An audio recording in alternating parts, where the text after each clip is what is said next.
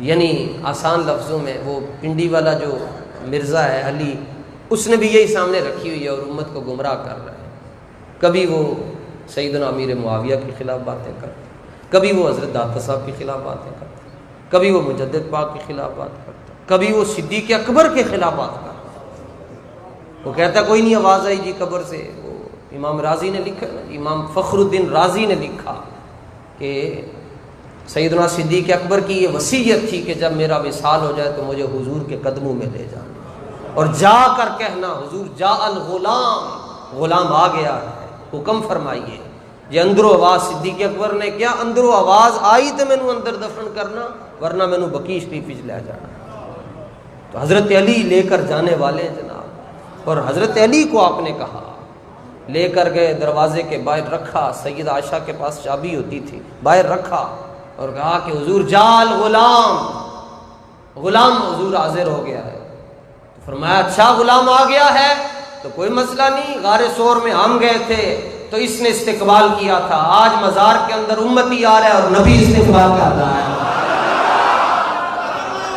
سیدنا صدیق اکبر نے بھی یہی وصیت کی تھی کہ میرا جنازہ پڑھ کے پھر حضور کے سامنے لے جانا اور سلام عرض کرنا۔ حضرت صدیق اکبر کی وصیت تھی حضور کے پاس لے جانا اور حضور سے اجازت مانگنا، اجازت مل جائے تو قدموں میں دفن کر دینا ورنہ جنت البقیع میں۔ تو حضرت علی المرتضیٰ اور حضرت انس روایت کرتے ہیں کہ ایسا ہی ہوا کہ ہم نے جنازہ اٹھایا، پڑھا اور پھر حضور کے مواجہ انور کے سامنے رکھ دیا اور سارے ہاتھ باندھ کے عرض کرتے یا رسول اللہ ھذا ابو بکر یستاذنک، اے اللہ کے پیارے محبوب صلی اللہ علیہ وسلم، یہ ابو بکر ہیں، آپ سے اجازت طلب کرتے ہیں، آپ کی قربت میں دفن ہونے کا شوق ہے، ہمیں کیا حکم ہے؟ تو اس وقت حجرہ عائشہ تھا، یہ گنبد خضرا نہیں بنا ہوا تھا، صرف حجرہ تھا، اس کو تالا لگا تھا، چابی حضرت عائشہ کے پاس ہوا کرتی تھی رضی اللہ تعالی عنہ، تو تالا لگا ہوا تھا اور لوگوں نے رکھ کے یہ عرض کیا۔ تو پھر کیا ہوا کہ وہ تالا خود بخود کھلا، پھر کنڈی بھی خود بخود کھلی، اور پھر جو دروازہ تھا وہ خود بخود کھلا اور اندر سے آواز آئی اوصل الحبیب الی الحبیب لان الحبیب الی الحبیب مشتاق، یار کو یار سے ملا دو، یار تو پہلے یار کا انتظار کر رہا ہے۔ تو قبر انور سے یہ آواز آئی، حضور کے روضہ انور سے یہ آواز۔ اس سے بڑا ایشو تو ثقیفہ بنی ساعدہ تھا جہاں پہ خلافت کے مسئلے میں اختلاف ہوا ہے۔ اس میں تو سیدنا ابوبکر صدیق نے نہیں کہا کہ ہم جاتے ہیں اور نبی علیہ السلام سے قبر مبارک میں جا کے فیصلہ کروا لیتے ہیں کہ آپ کا وصی کون ہے۔ یہ تو مسئلہ ہی چھوٹا ہے، یہ تو ان کا ذاتی مسئلہ تھا اور اس کا سلوشن بھی انہوں نے خود دیا کہ آواز آئے تو ٹھیک، نہیں تو مجھے وہاں دفن کر، جہاں کوئی دوسرا سلوشن ہی نہیں ہے اور آج تک سنی شیعہ تفریق امت کے اندر ہے، اس میں تو کوئی مشورہ نہیں دیا۔ کیا یہ صحیح سند سے ثابت ہے کہ حضرت ابوبکر صدیق رضی اللہ تعالیٰ عنہ نے وصیت فرمائی تھی کہ میری میت کو روضہ رسول صلی اللہ علیہ وسلم کے باہر رکھ دینا اور اگر اجازت مل جائے تو مجھے رسول پاک صلی اللہ علیہ وسلم کے ساتھ دفن کر دینا، اور پھر اجازت مل گئی تو رسول پاک صلی اللہ علیہ وسلم کے ساتھ تدفین کر دی گئی؟ ہاں، وہ یہ کہتے ہیں کہ جی وہ روضہ شریف سے آواز آئی کہ حبیب کو حبیب سے ملا دو۔ یہ میرے بھائیوں یہ تاریخی روایتیں ہیں، حدیث میں کہیں یہ موجود نہیں ہے، یہ بالکل جھوٹ ہے اور اس کا میں جھوٹ ہونا ثابت کروں گا۔ مجھے بتائیں کہ سیدنا ابوبکر صدیق رضی اللہ تعالیٰ عنہ کا یہ جو واقعہ کہتے ہیں اس میں الفاظ موجود ہیں کہ اگر نبی علیہ السلام کے روضہ شریف سے آواز آئی تو مجھے وہیں دفنا دینا، ادروائز مجھے مسلمانوں کے قبرستان میں دفنا دینا، ٹھیک ہے؟ یعنی سیکنڈ آپشن تو موجود تھا، کوئی ایشو تو نہیں تھا نا۔ اس سے بڑا ایشو تو ثقیفہ بنی ساعدہ تھا جہاں پہ خلافت کے مسئلے میں اختلاف ہوا ہے۔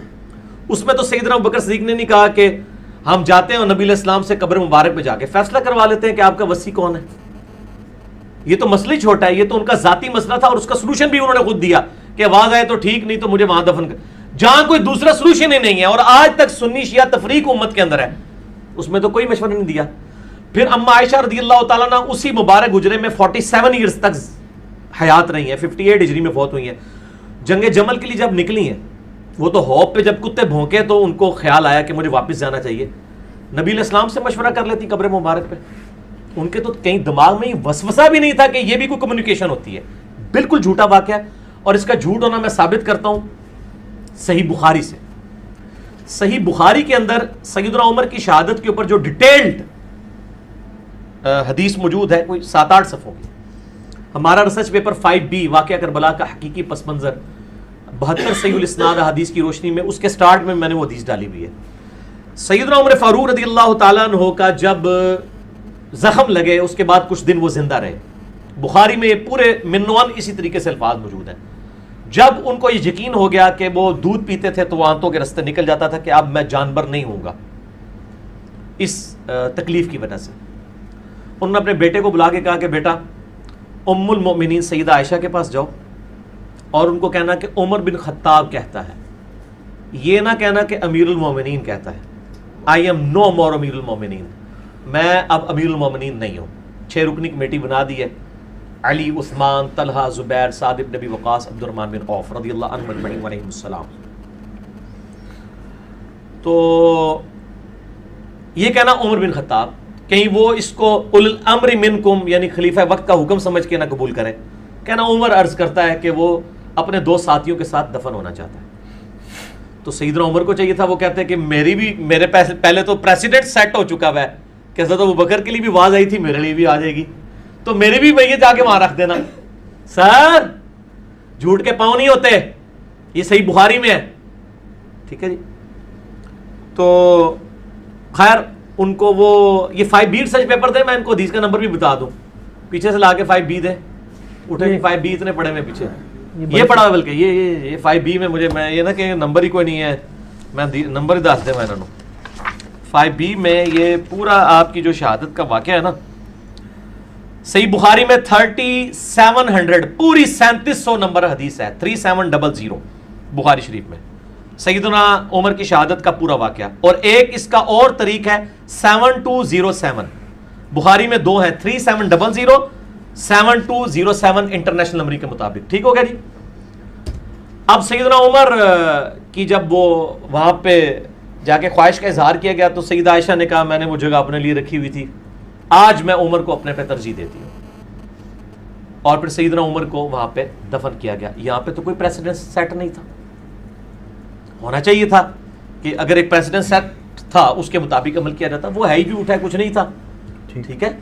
اور اس کو سپورٹیو ایک اور حدیث ہے جو صحیح بخاری کے اندر موجود ہے, وہ بھی اس ریسرچ پیپر میں 5B کے اندر. میں اس کا نمبر, کیونکہ میں اب یہ فی البدی گفتگو کر رہا ہوتا ہوں تو بعض اوقات وہ چیزیں جو ہے نا وہ ذہن میں نمبر نہیں ہوتے ہیں, اس لیے میں وہ حدیث آپ کو من نوان بتا دوں کہ اس کا نمبر کون سا ہے. ہاں جی, صحیح بخاری کے اندر موجود ہے اور صحیح مسلم کے اندر بھی موجود ہے.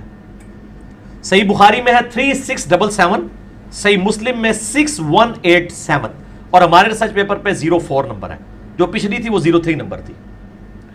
کہ عبداللہ ابن عباس کہتے ہیں کہ میں سیدنا عمر کی میت کے پاس بیٹھا ہوا تھا اور لوگ زارو قطار رو رہے تھے اور حضرت عمر کی میت پہ ان کے لیے تعریفی کلمات کہہ رہے تھے کہ جی آپ کے اسلام کو یہ فوقیت ملی, یہ ہوا, رومن پرشین امپائر گر گئی. کہتے ہیں اتنے میں ایک شخص میرے پیچھے آیا, اس نے اپنی کونی کا سہارا میرے کندھے پہ لیا اور اس نے مجھے کہا سیدنا عمر کی میت کو مخاطب کر کے کہ اے عمر, مجھے یقین تھا کہ تم اپنے 2 ساتھیوں کے ساتھ جا ملو گے, کیونکہ میں نے نبی صلی اللہ علیہ وآلہ وسلم سے اکثر یہ سنا تھا کہ میں ابو بکر اور عمر فلاں جگہ گئے, میں ابو بکر اور عمر نے یہ کیا, میں ابو بکر اور عمر داخل ہوئے, میں ابو بکر اور عمر وہاں سے نکلے علیہم السلام اجمعین. تو مجھے یقین تھا کہ آپ اپنے 2 ساتھیوں سے جا ملیں گے, مراد یہ کہ آپ ان کے ساتھ ہی دفن ہوں گے اور فوراً کنزیکٹو بعد اب آپ کو وہاں پہ ایک مقام ملنے والا ہے. تو سیدنا ابن عباس کہتے ہیں میں نے جب مڑ کے دیکھا تو سیدنا علی تھے جو یہ تعریفی کلمات سیدنا عمر کے لیے کہہ رہے تھے رضی اللہ تعالیٰ عنہ علیہ السلام. اور یہ ملتا جلتا خطبہ نہج البلاغہ میں بھی موجود ہے.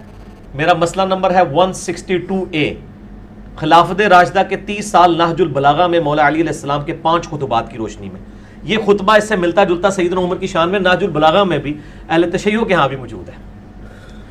تو یہاں پہ بھی سیدنا علی نے کیا کہا, میں ابو بکر عمر, نبی علیہ السلام فرماتے تھے.